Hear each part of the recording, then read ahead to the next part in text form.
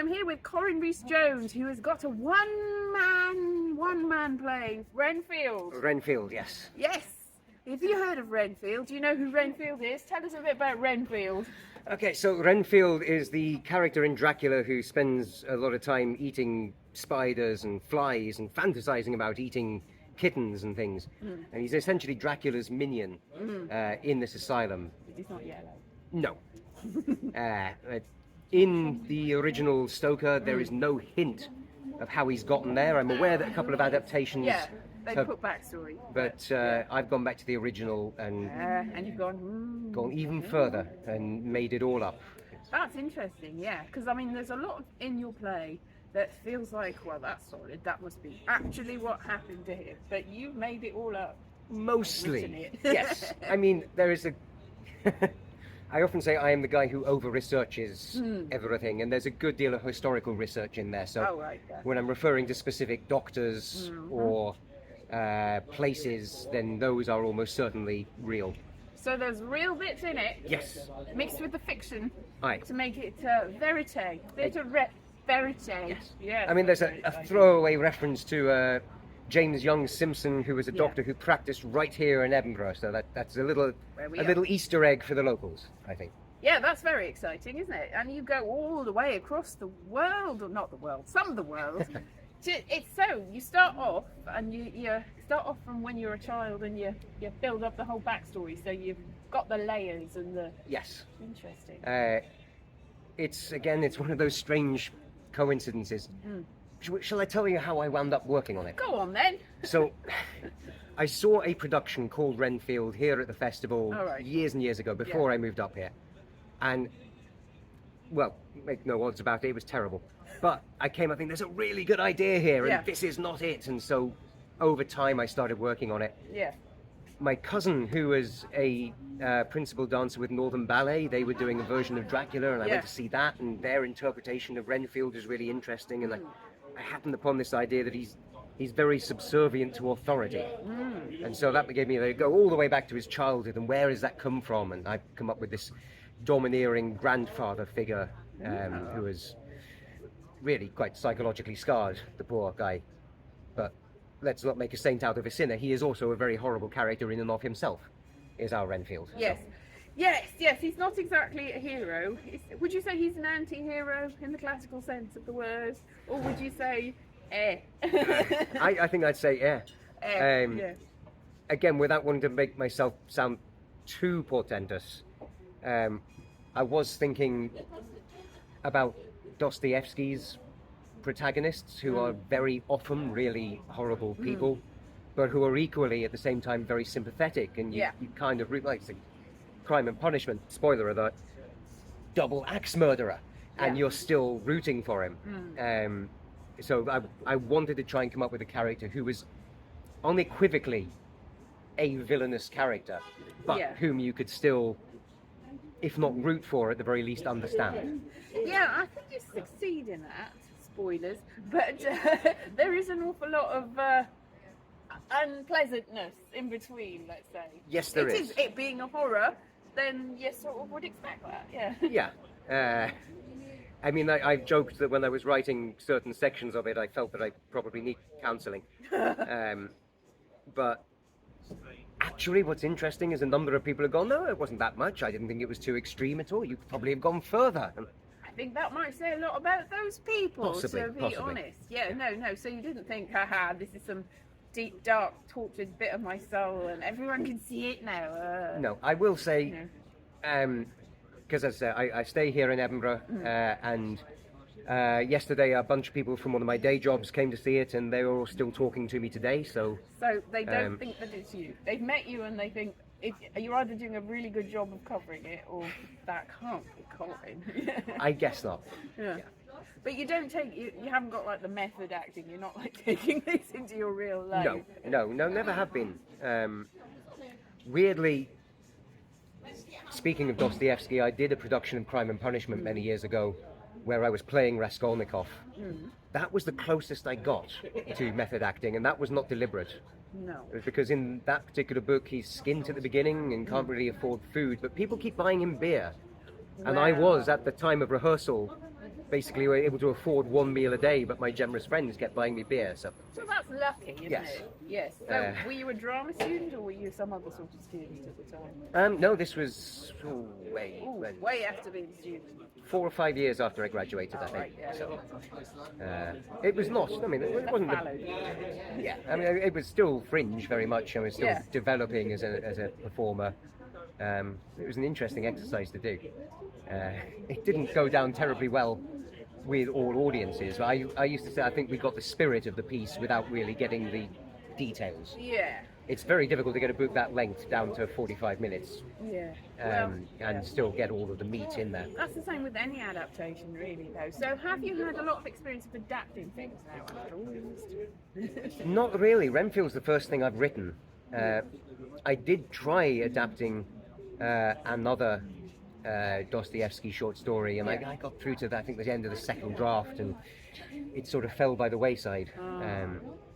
But no, I mean, this is my first time really as the main creative behind the project, and usually in the past I'm rather more traditional. Someone gives me a script and I will produce it by all means. I will rehearse it, I'll get hold of a director, but it's someone else's script. This is the first time it's been really my idea. So that's interesting because you said you saw a dance production and you also saw a Dracula and also a not very good production of doing the Renfield story. So what was it about it that really spoke to you? Because it's not like I could do better, or there was something else about it that made you think Well, I think that particular production had taken inspiration from one of the adaptations wherein Renfield is, I think, a solicitor. Yes, a lot of those. Yes. And But again, there's no basis in the book. not in the book, so I've disregarded that. Yeah, that's fair enough. There's also the Dracula Spectacular. Have you ever seen Yes. that? It's like, I'm an audience from Transylvania. I've never known anyone else who knows that. My dad, who was a drama teacher, produced Dracula Spectacular. Where was that? Was that Great Young People's Theatre? It was not. That was Gordano That's Comprehensive a good, School. because it would be really, really like...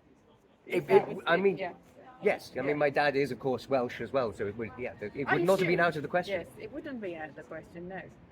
Interesting. But yes, Saying it, I so. do remember seeing Dracula Spectacular when I was a kid. So whether or not that's somewhere in the back of my mind. Yeah, because I was in a youth theatre, which I left because I put on weight over the Christmas and was in a production of The Inspector Calls and Inspector Calls, not The Inspector, and Inspector Calls as Sheila, and I was really into it. But then I put on weight over the Christmas, and then the drama person was really horrible and just decided that they didn't want me in it anymore, so they drove me out. So I left that, but I came back to see it. So I remember it, and I remember thinking, I wish I'd been in something like this. I don't like the fact it's That you- bitter and twisted that I didn't. Forced out by a judgmental. Yes, exactly. It's like Yeah. No, that's horrible actually. it is. But interestingly, two of the people that were in it went on to do foundation drama with me, so I met them later. So that was good. I had a career out of it. I was going to say it clearly hasn't put you off the business for long. So Well, I'm muddling through. It's difficult. It's a difficult one. Did you study drama then? yes, yeah. Yes, of course. Of course. Many Trained moons ago. actor. Many moons ago. Yeah. And for that matter, I was at the Central School of Speech and Drama, Ah. but I wasn't on their BA acting course. Right. I did what was known as MA Advanced Theatre Practice, Right, yeah. which was a bit of a catch-all, but specialised in devising theatre. Yeah. Which again, ironically, I hadn't really done a great deal of No. since. No, I mean my degree was mostly devising theatre. That's so it was like I remember that the tutors were like, if you want to do acting in commercials and things like that, then this is not the course for you. It's like, well, that'll help pay the bills though. Well, God, yes, it would. I mean, again, at the risk of flattering ourselves, I have a feeling that a background in devising makes you a more creative performer. Like you're more willing to try out ideas Well, that's in true. rehearsal. Yeah. But as you say, a nice paycheck from an advert wouldn't go amiss if anyone's watching. No, you're like, yeah, just give me the money and I'll Yeah. do the job. I'm sort of in that frame of mind at the moment. It's like, give me a job. Yeah. I'll do it. My best paid job in my whole career actually was doing some extra work on the movie version of Cinderella. Some years ago, Kenneth Branagh directed it, and Okay. it was some sword fighting. And of course, when you have a specialist skill in there, the pay just goes. Yeah. So that was good fun. It's hard work, but but it paid Yeah. better, I think, than any theatre job I've ever done. Well, yeah, theatre's not for the love of it. You're like, ugh. Yeah, Money, but please. but give me a live audience. Yeah, exactly. Live audience. I mean, you sort of want that, really. It's a sort of feedback loop, really. And sometimes, even if it's a negative feedback loop, it's still giving you something that you need. Yes. Like that torture me. Yeah. I mean, I'm reasonably long in the tooth now, but you never, obviously, it's trite to say, but you never stop learning. No, of course not. No. Every one way or another, there's a lesson in every performance you give if you're paying attention. Yeah. It can be, a little bit challenging. And I remember doing a show in Prague where there was a lot of clowning and direct to the audience, and on the final performance, for some reason, I was just getting nothing back. And the lesson that I learned from that was, if you're not, just do it for yourself and enjoy it. And weirdly, once I started doing that, the audience seemed to engage. Yeah. So that was. And also, in a little while, it's like, I don't care about it. It's like if there's a cat or a dog or something that you really want to stroke, they don't come near you, but you're like, so I think audiences are like that, really. Yeah. So no, the audience is a brilliant teacher. Yeah. Again, I mean, you were with me for opening night of Renfield. That was a very strange one where, some people left partway through, which is fine. It happens. Yeah. Not their cup of tea. It was the ones who came in after 20 minutes, stayed for 10 minutes, left, and then came back, and then left again. It was a bit weird. Yeah. But I think that's fringe audiences. Talking of which, you've said this is the first one that you've devised, and you've toured it at lots of different festivals and places, haven't you? This one. Some. Two. I debuted it at the Morecambe Fringe Festival last year, which is run by my director, Matt Panish. It's expanded now to the Bay Fringe Festival, so it's Morecambe and Carnforth and a couple of other places in that area. So that was a really nice way of I was going to say blooding the piece, no pun intended. And then I performed it here at the Edinburgh Festival last year, but in a rather different venue. Ah, yes. So, are you finding there's a difference from last year to this year? Very much so. Yeah. Venue last year was great. I think the Fringe is starting to push down into Leith a bit more. Certainly PBH Free Fringe is pushing down that way, and I think that's, I say down, it's northwards, but it's downhill, to expand, and I think that's got to be the future, because the old town is just too crowded. It is. But having my own venue this year being right off the Royal Mile, oh God, that helps with audience, because trying to get people to explore the rest of this fantastic city, there's so much to see, but people just stay. Yeah, and there are some venues it's a lot easier to get an audience in. I mean, I think it's possible to do shows without getting people in. Actually, to be honest, I think I did one once, although people came in halfway through. But it's harder to. They want a queue to see. Yes. Yeah. I mean, again, the fact that there's multiple stages in there, people are coming in, you get, well, as long as I'm here, what else is on? Yeah, that's true. And it's very atmospheric. It's because it's got the cave atmosphere. Yeah. Like you actually have lots of people in the basement and made them listen to your tale. It has not been difficult getting into character. No.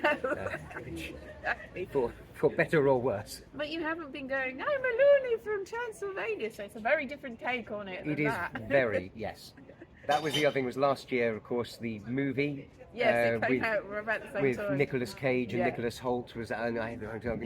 No. Very different tone of voice. Very different. I mean, that is like sort of modern retelling, and also that Renfield's got a lot of powers that you haven't necessarily. Do you know, to be honest, I've still not seen it. Oh, right. Again, Matt, my director, was saying, you should watch it. I don't want to muddy the waters. No, exactly. And I've still never gotten around to it. I think I kind of like to for now. So, but still never have. Yeah, have a little break and then go. It's not the same. I think that's a good thing. Obviously, Yes. and also yours is a one-person play, and it's straight to the audience. I was so just happy to professional. take the extra name recognition. And- Exactly. It's like, oh, is this the one with Nicholas? Yes, I'm Nicholas. No, I'm definitely Nicholas Cage. I'm one of the Nicholases. But yeah, so and you do all the effects yourself on stage then? Yes, yeah. My main issue, I don't know whether it's coming through on camera. I am a little bit hoarse because the venue, the venue does come with a certain amount of noise bleed, and getting over that is not without its challenges. For all that, I know how to use my voice, but Yeah. you do it enough for enough days, it's going to catch up with you. Yeah. But yeah, the That's other true. effects, and I'm changing characters, and the occasional bit of extra effects for the audience, notwithstanding. I mean, it's very, very simple. There's not a lot of tech involved in Fringe. No, again, this was a lesson I very much learnt from. Again, I can deep dive into history again. Matt Panish, my director, I've known him for years, and saw him performing one of his shows called 300 to 1 Oh yeah. in London. At which point he said, "Any chance I can stay at yours? Because I've come down to London and I've not sorted out any accommodation." So Oh, good. Yeah. Good impression. yeah. So he stayed at mine for a couple of nights, and we got chatting, and somehow we wound up saying, "Well, we'll do these shows and we'll work together." And we put on a couple of shows back to back. It was a previous solo show of mine and his Edinburgh preview. Yeah. And at some point during all of this, we came up with the notion that I should do 300 to 1, Ah, yeah. which I subsequently did, and it's very much become Ah. my show. I Oh, think right, it's yeah. very, very different performance Yeah. from Matt's. But the lesson from that is that there's one sound cue in that which you can start running at the beginning, and that's it.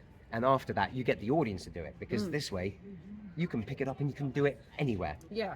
I could do that show here and now Go without. on then. No, don't. Yeah. Nah, I'm running out of space. That's why different change of angle. If you notice, you go, oh, what's that? The technical things behind it. Oh, you can look behind the mirror. It's like Wizard of Oz and stuff. Anyway, yeah. But, yeah, that was compared to my previous shows. Yeah, the less tech there is, the less chance there is of something going wrong. Yeah. But also the less facilities you need. It means that it's much more versatile if you're going to tour it to different venues. I did the Wolverhampton Literary Festival a couple of years ago, and again, it was just, I assumed that was going to be in a theatre space, but no, it was upstairs in a pub. And that was fine, because it was, Yeah, you can just you pick it don't up. need anything. So, have you learnt anything about tech this year, and how no tech is probably better next year? Not exactly. I mean, it's You want the tech. the thing. Yeah, I like the music cues. It would work better in, as I say, in a more purpose-built theatre. Yeah. So the opening sound effect, which is, it's just more of a soundscape. It's the sound of wind and creaking metal and skittering and all it. And the idea is you play it softly in the background, and the audience hopefully just feel a little bit. But unfortunately, as is, I don't think the audience can really hear it. No, it's over. just like making it loud enough. It's also, there are problems with the connectors in that place. Yes. It's not no fault of the venue. It's just more people use things, the more they get worn out. Yeah. But this is, I mean, the script is written so that in the event that the tech just craps out completely, I can work in lines to replace it. I can do it without. I think it's better with, but it is possible to do without. Well, I mean, I'm helping with this, and one time the connector wasn't working, and I was helping, and it sort of went really loud, and then nothing, and then really loud again, and then I stopped it, and he went, and then the music stopped. I was like, okay. It's like, Again, no. if people are going to come and see Fringe theatre, then you've got to make it something. We make it as professional as we can, but with the best will in the world, we are not performing this in the festival theatre. We are not performing this at the Royal Opera House or the Theatre Royal Drury Lane or anything like that. Nor even somewhere like the Studio 2 at the Trafalgar in London. Yeah. Nor even something as the chamber in in the Banshee itself, where there is a lot more tech to be had. And for that matter, a door which blocks out a lot of extraneous sound. So be it. I mean, it's one of the beauties of the Fringe is that you do make it work in whatever space you've got. I think you have to go with it and just like You got to everything's gone wrong. embrace the chaos. You have to. So has there been any day where everything has gone not quite right? Oh yes, the day before yesterday, I suspect, is what you're alluding to. Yes. Yeah. Some of my makeup, which is quite important for the show, went missing. Yeah. Which I discovered about 40 minutes before curtain up, and so I had to run around and try and find a replacement, which was not when I should have been warming up. Yeah. And again, a vocal warm up is absolutely necessary for this one. So and then the tech crowd. I had lost an adapter. Yeah. Well, I think we managed to sort out how to work around that, but then somehow something else. It broke. And then about halfway through the show, someone fainted in the audience, and I had to stop the show and jump into my first aider role, which is what happened last year as well. It's twice now. Ooh. 2 times people have fainted. Show on the Fringe. I wish I could take credit. I think it had more to do with low blood sugar, but you never know. Maybe it was. I know. I think you were talking about something that was quite gory at the time. So was it the goriness, or was it the fact that we're underneath a bridge, basically? We may never know. We will never know. No. I have said, you come and see it at your own risk. Yeah. So there were no spoilers there. Suffice to say, things went wrong, but that might be part of it. That might be what was intended. That was part of the show. You never know. Yes. You never know. Yeah. Exactly. So, plans for the future, Corin. What are the plans for the future? I would like to take Renfield to a few other places, among other things. There's a Dracula symposium festival. I'm not entirely sure what the term would be, being run by University in Derby, and I was happy to meet one of the guys who's running that, so I'm hopeful that they might. There's a couple of things like Dracula Society. Obviously, it'd be lovely to take to Whitby. Whitby, yeah, I was going to say you're going to go to Whitby. Yeah. You don't mention Whitby in the play. No. You've got more backstory. It's all very backstory. Yes. Oh, the secrets of Renfield. I hit Edinburgh, Paris, Prague. Everywhere but Whitby. There's a mention of maybe towards the end, maybe a little bit. It's Purfleet. Oh, Purfleet. There you go, Purfleet. The exotic sites of Purfleet. Yes. Yeah. But equally, again, it's not like I've retired 300 to 1 for all that's physically the most challenging show I have ever done. But every time I've done that, people go, you should take this to schools and colleges. And I have had a couple of bookings in educational establishments. I would like to improve upon that. See, that show, it's the 30-second pitch. It's a 15-year-old boy who doesn't want to do his war poetry homework, and so instead is reenacting the movie 300 to the ghosts of Wilfred Owen and Siegfried Sassoon. Wow, I did not know that. So it's got a whole First World War poetry, so it's got a good educational aspect to it. That's good. Another Edinburgh link, when I was preparing that, I went Craig Lockhart House, which is used by Edinburgh Napier University here in Edinburgh, that was used as the hospital for officers with shell shock during the First World War. So I went, and they allowed me to go and have a look around there. And yeah, good. It's good researching things. You get to see things. Yeah. Right. So, are you going to write anything else yourself as well? I've not got any concrete plans. No. There have been a few things been suggested that I might want to have a look at. If licensing wasn't quite such an obvious problem, someone was suggesting I should do a one-man Blackadder and do every series of Blackadder we could have about 8 minutes per series with a couple of minutes in between. Yeah, Or something. I mean, it's really difficult doing modern stuff that, I mean, this is not modern set, not modern set, but doing stuff that is within copyright. I think, Yes, you need to go way back if you're going to do adaptations. Yes, yeah. Make the most of that. I've been talking with quite a number of people. There seemed to be a bit more horror Yeah. at the Fringe this year. Oh, yeah.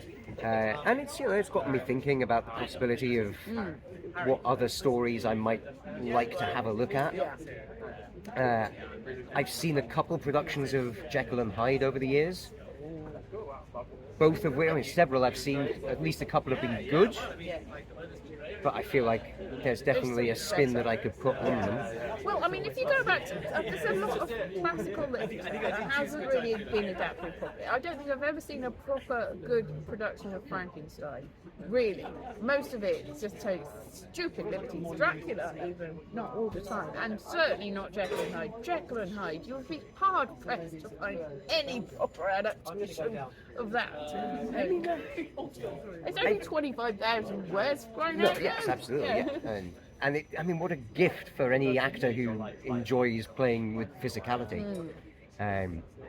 But I always, there's a lot of similarities between that and the picture of Dorian Gray. There's actual bits of it that it's like, is that picture of Dorian Gray? Or is that Jekyll and Hyde? May as well be the same thing at some point. Yeah, so it would be interesting to have a mashup. Now I've given him ideas. One of us has to run to make this first now. Yeah. I mean, company I used to work with in London, we did a modern retelling of Dorian Gray, which again was good. They kind of hoping the director doesn't see me saying this. Yeah, no, it was brilliant. Everything we did was fantastic. It was good. I think I'd have given it a solid 4 stars. It wasn't. It wasn't perfect. There were again ideas where I think if I'd been working on it as an adaptation, I would have just approved, which is obviously that's always going to be the way. You're always going to approach things slightly differently. Very, very rarely you're ever going to see anything and go, that's it. Doesn't need to be done again now. But that's good too, because if you're taking things again that are out of copyright, then it's like, oh well, too bad you didn't do it the way that I want to do it. Which you can't really do that with something that is somebody's. If it's all completely theirs, you can't take liberties without them getting buried. Yeah. But you've got good excuses. It's like, oh, sorry, didn't like your version. Yeah. Yeah. So good. Anyway, so I'm enjoying your whole run. I've seen it several times for various reasons, and and it will be spectacular, not Dracula spectacular, to see what happens next. So thank you very much, Corin. It has been a pleasure, and yes, Pleasure's been mine. See you again soon. Bye.